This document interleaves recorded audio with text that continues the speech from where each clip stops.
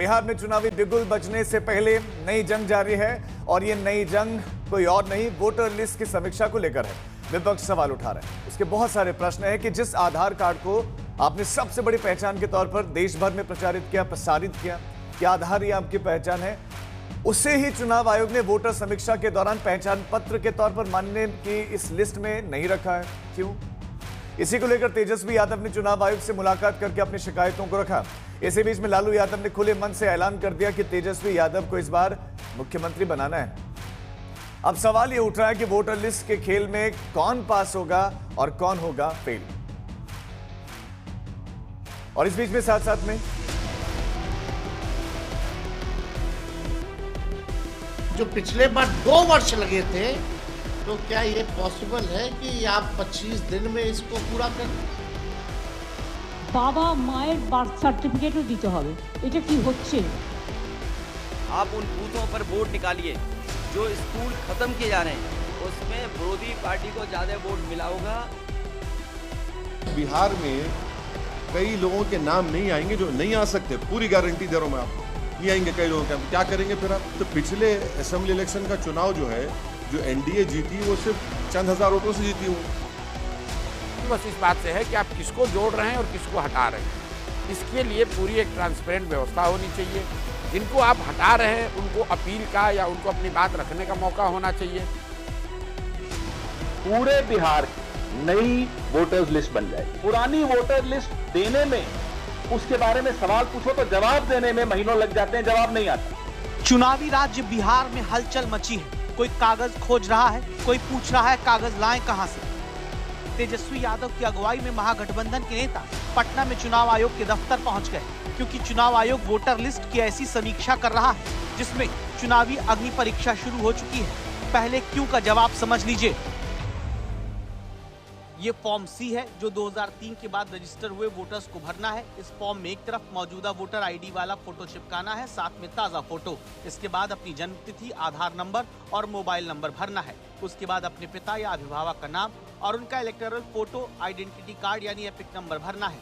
उसके बाद आवेदक को अपनी माता का नाम और एपिक नंबर भरना है। विवाहित होने की सूरत में पति या पत्नी का नाम और एपिक नंबर भरना है। इसके नीचे असली विवाद है, क्योंकि अगर जन्म 1 जुलाई 1987 से पहले हुआ है तो जन्म तिथि और जन्म स्थल का दस्तावेज देना है। जन्म 1 जुलाई 1987 से 2 दिसंबर 2004 के बीच हुआ है तो अपनी माता या पिता के जन्म स्थल और जन्म तिथि के दस्तावेज देने हैं। और अगर जन्म 2 दिसंबर 2004 के बाद हुआ है तो आवेदक को अपने जन्म स्थल और जन्म तिथि के दस्तावेज संलग्न करने हैं। अब बिहार में ये प्रक्रिया शुरू होते ही हंगामा होने लगा। चुनाव आयोग पर जानबूझकर वोटर को सत्ता के इशारे पर हटाने की कोशिश का आरोप तक लगने लगा। लोकतंत्र संविधान ने हमको जो ताकत दी है उसको ये लोग छीनना चाहते हैं, वोट का अधिकार छीनना चाहते, कटवाना चाहते। जरा सचेत रहिएगा अपना अपना बूथ पे, किसी गरीब का वोट ना कटे और किसी फलतुआ का जुड़े ना। बिहार में एक बहुत बड़ा वर्ग है जो दिवाली में, छठ में बाहर से आता है और उसके लिए ये संभव नहीं है कि वो दिवाली और छठ से पहले आकर अपना नाम, जैसा कि इलेक्शन कमीशन चाहता है, वो उस तरीके से डॉक्यूमेंट प्रोड्यूस करे और सारे कागजात दें। तो उस तरीके से तो बिहार के 30-40 लाख लोग जो दिवाली छठ में यहाँ आएंगे वो कोई भी वोट नहीं कर पाएगा और ये तो उनके साथ बहुत बड़ा अन्याय हो जाएगा। सरकारी या पीएसयू में नौकरी, पेंशन के दस्तावेज, bank, post office, LIC, PSP की 1 जुलाई 1987 से पहले के दस्तावेज, जन्म प्रमाण पत्र, पासपोर्ट, मैट्रिक या बोर्ड यूनिवर्सिटी के सर्टिफिकेट, आवास प्रमाण पत्र, वन अधिकार प्रमाण पत्र, जाति प्रमाण पत्र, NRC, राज्य या स्थानीय प्राधिकार से बना फैमिली रजिस्टर या सरकार से मिली जमीन या घर का प्रमाण पत्र शामिल है। 5 करोड़ लोगों को कोई पुनर्निरीक्षण की जरूरत नहीं है। आपके माता पिता का अगर नाम शामिल है, दादा दादी का नाम शामिल है तो आपके लिए वह सबूत सफिशिएंट है।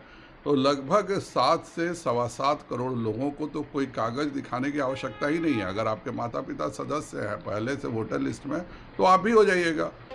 इनमें से कोई भी प्रमाण पत्र देकर वो वोटर जो 2003 के बाद से वोट दे रहे हैं या फिर अभी नए जुड़ रहे हैं अपना वोटिंग का अधिकार सुरक्षित करा सकते हैं। लेकिन बेगूसराय में तमाम मतदाता चिंतित हैं। कहते हैं कि आधार कार्ड को पहचान पत्र के तौर पर मान ही नहीं रहे तो बाकी कागज कहां से लाएं। मेरा तो समस्या ही है, जो मेरे जो अभी बीएलओ ने भेजा थी जांच किया है, उसमें तो मेरा कोई प्रूफ ही नहीं है। ये तो अभी जो जारी हुआ है सरकार द्वारा, तो इसमें तो मेरा कुछ होगा ही नहीं, डॉक्यूमेंट कोई सा है ही नहीं, तो फिर मेरा कैसे होगा। ऐसा कागज मांगे, आधार कार्ड का वैल्यू दिए ने, फिर राशन कार्ड का वैल्यू दिए ने, पहचान पत्र का वैल्यू दिए, और नया नया कहते हैं बनाने के लिए। वो अभी समझती नहीं है कि बनेगा कैसे, बनेगा कैसे, काम होगा, कैसे वोट गिराएगा। नहीं होगा ना, खाली आधार कार्ड होगा और वोटर कार्ड है, और कुछ भी नहीं है। नालंदा में तो मुख्यमंत्री का ही घर है, जहां लोग कह रहे हैं कि खेती के समय अभी खेती संभालें या कागज संभालें। हाँ, 2003 में बनवेलिया ना वोटर लिस्ट। अच्छा, ना और कुछ दूसरा सर्टिफिकेट जिसमें जन्म प्रमाण पत्र हो, आधार कार्ड का और वोटर लिस्ट में नाम है, पहचान पत्र का। प्रमाण पत्र है ये नहीं है कुछ, बाकी वही इसी पर आधार कार्ड पर हम सब कुछ उठा रहे हैं, बाकी कोई प्रमाण पत्र नहीं। सबसे ज्यादा सवाल चुनाव आयोग की तरफ से आधार कार्ड को पहचान के तौर पर मान्यता न देने पर उठ रहा है, जिसको लेकर विपक्ष की मांग सुनिए। तो आप बताइए कि भाई हम उसमें डॉक्यूमेंट नहीं मांगा गया, इसमें डॉक्यूमेंट मांगा गया है, तो डॉक्यूमेंट भी ऐसा मांगा गया है 11 जो कि बिहार के गरीबों के पास नहीं है। तो हमने बोला सरल उपाय ये है कि आधार कार्ड जो है आप उसको इंक्लूड कीजिए, जॉब कार्ड इंक्लूड कीजिए, मनरेगा और राशन कार्ड को इंक्लूड कीजिए। इससे प्रॉब्लम बहुत हद तक जो है ठीक हो जाएगा। अब सवाल है कि आधार कार्ड जिसे वोटर आई कार्ड तक को जोड़ने की बात होती है, वही आधार कार्ड पहचान के तौर पर क्या नहीं माना जाएगा? तो फिर कहीं ऐसा ना हो कि बहुत से मतदाता अपने अधिकार से छूट जाएं।